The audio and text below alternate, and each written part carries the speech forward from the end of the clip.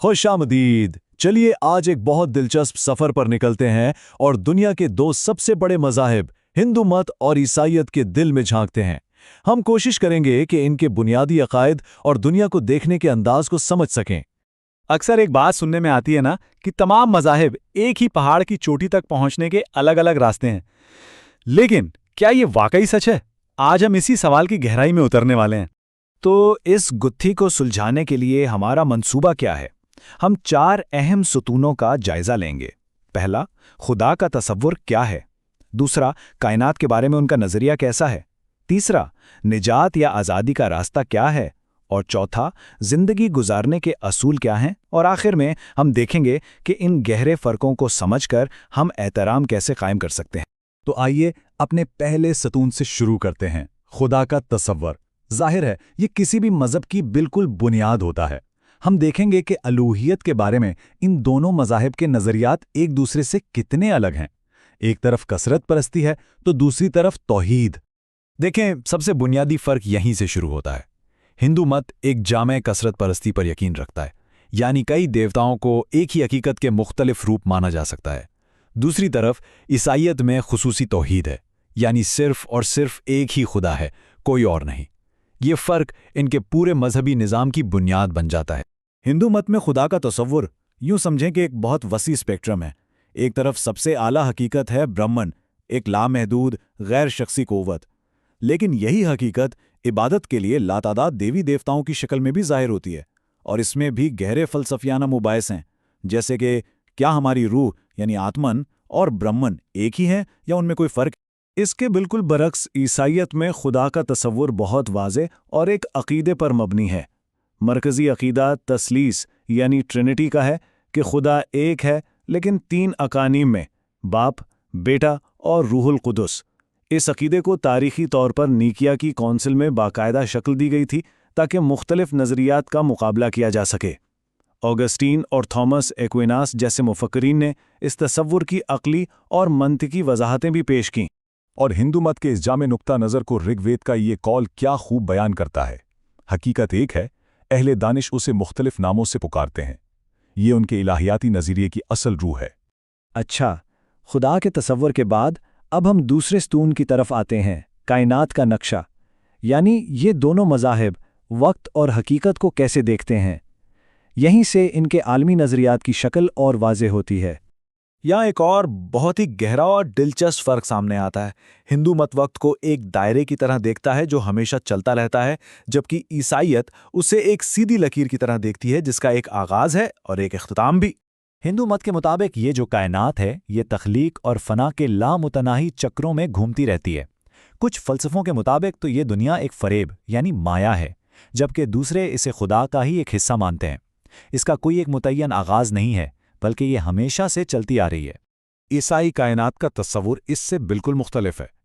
ये एक बामकसद लकीर की तरह है। एक मुतय्यन आगाज़ है, यानी खुदा ने कायनात को अदम से अपने कलाम के ज़रिए तख्लीक किया और ये तारीख़ एक ख़त्मी अंजाम की तरफ बढ़ रही है। यहाँ खालिक और मखलूक के दरमियान एक बहुत वाज़े और गहरा फ़र्क मौजूद है। अब हम अपने तीसरे सतून पर आते हैं, जो कि शायद सबसे अहम सवाल से मुताल्लिक है, निजात का रास्ता। यहाँ हम देखेंगे कि इंसानी हालत क्या है और उससे आज़ादी या निजात कैसे हासिल की जाए। यानी क्या ये ज़ाती कोशिश से होगा या खुदाई मदद से? तो हिंदू मत में जो बुनियादी मसला है वो है संसार, यानी मौत और पुनर्जन्म का लामुतनाही चक्कर। ये चक्कर कर्म और जहालत की वजह से चलता रहता है और इससे आज़ादी हासिल करने को मोक्ष कहते हैं। तो सवाल ये है कि इस चक्कर से निकला कैसे जाए। इसके लिए कई रास्ते या योग बताए गए, जैसे ज्ञान योग यानी इल्म का रास्ता, भक्ति योग यानी मोहब्बत और अकीदत का रास्ता, और कर्म योग यानी बग़ैर किसी सिले की परवाह किए अपने फ़राइज़ अदा करते रहना।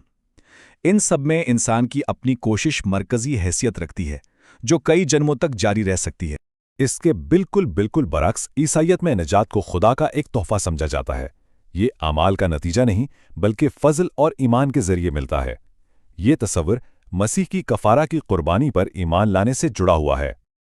और अब हमारा चौथा और आखिरी सुतून, ज़िंदगी गुजारने के उसूल। यहाँ हम अखलाकी ढांचे और आखिरत के तस्वुरात का मुआजना करेंगे कि दोनों में क्या फ़र्क है।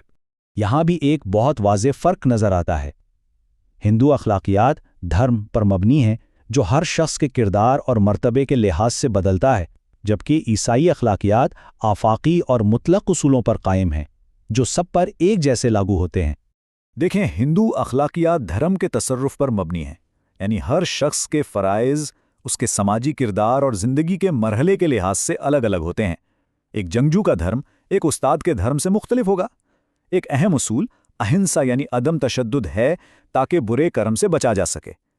موت کے بعد عارضی جنت یا دوزخ ہو سکتی ہے، لیکن حتمی منزل تو پنرجنم کے چکر سے نکلنا ہی ہے۔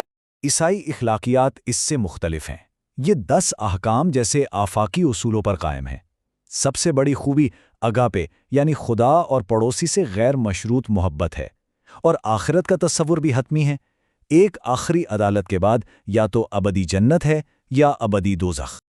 تو ان چاروں ستونوں کا سفر طے کرنے کے بعد ہم کہاں پہنچتے ہیں؟ ہم اس نتیجے پر پہنچتے ہیں کہ یہ دونوں مذاہب ایک ہی پہاڑ کے دو راستے نہیں ہیں، بلکہ یہ بالکل مختلف پہاڑوں کی طرف لے جاتے ہیں، اور ان کے فرق کو سمجھنا ہی حقیقی احترام کی پہلی سیڑھی ہے۔